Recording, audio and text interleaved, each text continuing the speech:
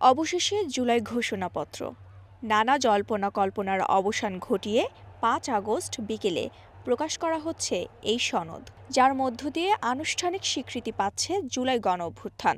প্রধান উপদেষ্টার press wing থেকে এ তথ্য জানানো হয়েছে। এদিন বিকেল ৫টায় গণঅভ্যুত্থানের সব পক্ষের উপস্থিতিতে জুলাই ঘোষণাপত্র জাতির সামনে উপস্থাপন করা হবে। ছাত্র জনতার অভ্যুত্থানের স্মৃতি মনে করানোর পাশাপাশি আন্দোলনের চেতনা ছড়িয়ে দিতে তথ্য মন্ত্রণালয়ের আয়োজনে এই জুলাই পুনর্জাগরণ র্যালি। নানা রঙের প্লেকার্ড নিয়ে অংশ নেন তথ্য মন্ত্রণালয়ের সংশ্লিষ্ট বিভিন্ন অধিদপ্তরের কর্মকর্তা কর্মচারীরা।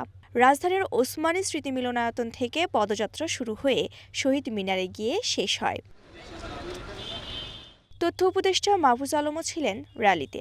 বলেন, জুলাই আন্দোলন সফল হওয়ার মধ্য দিয়ে দেশে নতুন এক অধ্যায় শুরু হয়েছে। জুলাই ঘোষণাপত্র নিয়ে তিনিও আশাবাদী। আশা করি যে ৫ আগস্টের মধ্যে আপনারা দেখতে পাবেন, আজকে হয়তো ঘোষণা হবে যে ৫ আগস্টে বা এর আগেও হয়তো জুলাই ঘোষণাপত্র ঘোষিত হতে যাচ্ছে।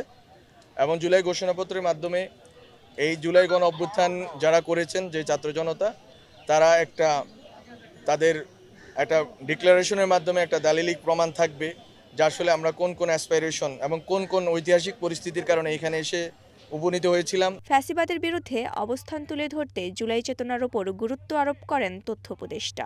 জুলাইকে মানুষের পাবলিক মেমোরিতে রাখার জন্য যথেষ্ট চেষ্টা করছে।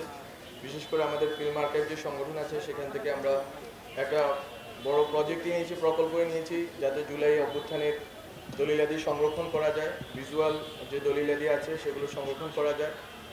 বিআইবি অনেকগুলো গবেষণা ভিত্তিক কাজ করেছে, আমাদের বিএফপি থেকে অনেকগুলো গবেষণা ভিত্তিক কাজের প্রকল্প চলমান আছে এবং আরও প্রকল্প সামনে গৃহীত হবে। সফল আন্দোলনের ১ বছর পার হলেও দেশের মানুষের ভাগ্যের পুরোপুরি উন্নতি হয়নি বলে মনে করেন মাহফুজ আলম। এরকম বাস্তবতায় শুক্রবার নিজের ভেরিফাইড ফেসবুকে দেয়া পোস্টে জুলাই ঘোষণাপত্র ইস্যুকে গণ আকাঙ্ক্ষায় বাঁচিয়ে রাখার আহ্বান জানান তিনি।